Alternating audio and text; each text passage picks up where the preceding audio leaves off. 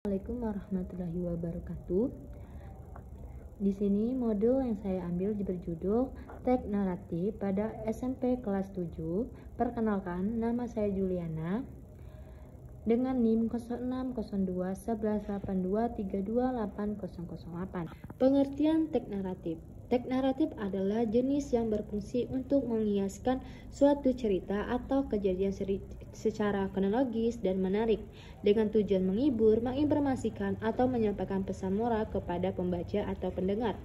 Nah, biasanya teks naratif menceritakan peristiwa yang terjadi pada tokoh atau karakter tertentu. Yang dimana jenis-jenis teks naratif ini mempunyai dua jenis. Yang pertama, jenis teks naratif fiksi khayalan seperti dongeng, fabel, atau cerpen. Sedangkan non-fiksi kisah nyata seperti biografi, pengetahuan, hiburan. Ciri-ciri teks naratif ini yang pertama memiliki alur cerita, yang dimana teks naratif ini biasa menceritakan sebuah kejadian atau peristiwa dengan alur yang jelas. Yang kedua, mengandung tokoh atau karakter. Ada tokoh atau perilaku dalam cerita yang mengalami peristiwa tertentu. Yang ketiga, berisi waktu dan tempat kejadian. Cerita biasa menyebutkan kapan dan di mana peristiwa berlangsung. Yang keempat, tujuan untuk menghibur dan memberi pengalaman. Yang kelima, mengandung konflik atau masalah. Ada masalah atau konflik yang dialami oleh tokoh yang menjadi inti cerita. Yang keenam, menggunakan bahasa yang menarik dan deklaratif. Bahasa yang digunakan seringkali hidup dan penuh detail agar pembaca bisa membayangkan cerita. Yang ketujuh, mengandung unsur kronologis. Cerita disampaikan secara rutin berdasarkan waktu kejadian.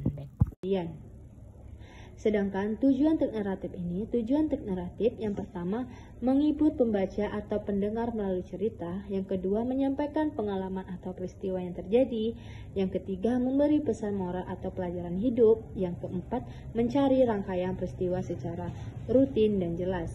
Nah, sedangkan struktur teks naratif ini memiliki juga orientasi. Orientasi ini bagian pengantar yang memperkenalkan siapa tokoh, kapan dan di mana cerita terjadi.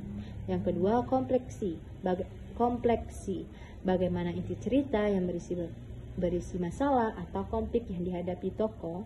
Yang ketiga, resolusi. Resolusi ini bagian penyelesaian masalah atau konflik dalam cerita. Yang keempat, koda.